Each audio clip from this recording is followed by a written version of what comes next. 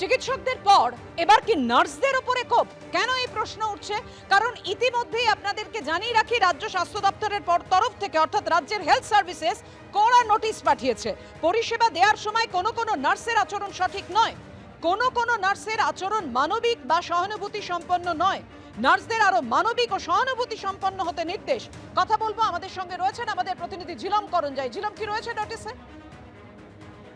একদমই স্বাস্থ্য দপ্তরের তরফ থেকে গতকাল একটি বিজ্ঞপ্তি দেওয়া হয়েছে স্বাস্থ্য অধিকর্তার, সেটা সই করা আছে, যাতে উল্লেখ করা হচ্ছে যে স্বাস্থ্য দপ্তরে যে নার্সিং পার্সোনালরা রয়েছেন, যারা নার্সিং সেবায় যুক্ত, তারা যে পঠন পাঠানোর সময় যে বিষয়টা তাদেরকে শেখানো হয়, ফ্লোরেন্স নাইটিঙ্গেলের যে ডেডিকেশন ABCD যেগুলো আছে, ভালো ব্যবহার, মানবিক ব্যবহার, তার সহানুভূতিশীল হওয়া এবং দায়িত্ববান হওয়া ইত্যাদি, এইরকম 4টে বিষয়ে তাদের বহু ক্ষেত্রে তাদের এই বিষয়ে অভাব দেখা যাচ্ছে, অভিযোগ জমা পড়ছে। স্বাস্থ্য দপ্তরের এই নির্দেশে স্পষ্ট করা হয়েছে যে নার্সিং যারা কাজ করছেন তাদের বিরুদ্ধে এরকম অভিযোগ এলে সে বিষয়ে কড়া পদক্ষেপ করা হবে। যদিও এই বিষয় নিয়ে নার্সিং সংগঠন নার্সেস ইউনিটি তারা তীব্র প্রতিবাদ জানিয়েছেন এবং তারা বলেছেন যে বহু পদ শূন্য রয়েছে, নিয়োগ অনেক কম রয়েছে এবং কাজের চাপ ক্রমশ বাড়ছে এবং এই রকম নির্দেশ দিয়ে ভয় দেখানোর একটা পরিবেশ তৈরি করা হচ্ছে। ধন্যবাদ তোমায় ছিলাম।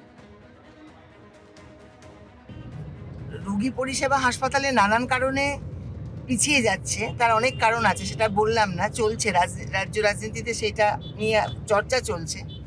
তার মধ্যে ব্যবহারের কথাটা বলে রুগীদের কাছে নার্সদের গ্রহণযোগ্যতাটাকে কমিয়ে দিয়ে রুগী পরিষেবাটা বাড়বে না। আর যারা বলছেন এটা ঠিক করতে, আমরা যখন কোনো দরকারে আমরা স্বাস্থ্য ভবন যেতেই হবে, স্বাস্থ্য ভবন ছাড়া অন্য কোথাও যাওয়া যাবে না আমাদের। সেখানে গেলে আমরা কি ব্যবহার পেয়ে ফিরে আসি, সেটা যদি ভিডিও করে রাখি সেটা অত্যন্ত লজ্জার হবে। কাজে এটা নির্দেশিকা দিয়ে জানানোর কিছু নেই, এটা আমাদের নিজেদের মধ্যে আছে, আমরা সেইভাবেই বিহেভ করি এবং করি বলেই প্রতিদিন সব জায়গায় মারপিটটা হয় না। আর যারা মারপিট করে হাসপাতালে এসে বেশিরভাগই স্থানীয় জনপ্রতিনিধি, যারা তারা উস্কিয়ে নিয়ে আসে। কাজে এই যে নির্দেশিকা দেওয়া হয়েছে, খুব যে এটার প্রয়োজন ছিল আমাদের তা একেবারেই মনে হয় না। নার্সেস ইউনিটির তরফ থেকে আমরা মনে করি না যে এই নির্দেশিকার কোনো প্রয়োজন ছিল।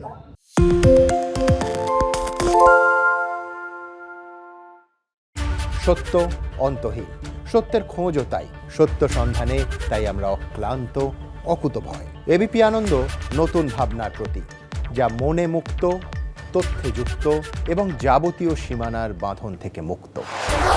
সীমা না শব্দটির মধ্যে লুকিয়ে আছে মানা শব্দটি, যেন চোখ রাঙানি এক অদৃশ্য বেড়াজাল, যা আটকে রাখে আমাদের এক ছোট্ট গণ্ডির মধ্যে। একমাত্র সঠিক খবরই গড়ে তুলবে এক মুক্ত সমাজ। সেই জগৎ গড়ার লক্ষ্যে কোনো সীমানার ঠুকুটি আমরা মানব না। এবিপি আনন্দ এগিয়ে থাকে, এগিয়ে রাখে।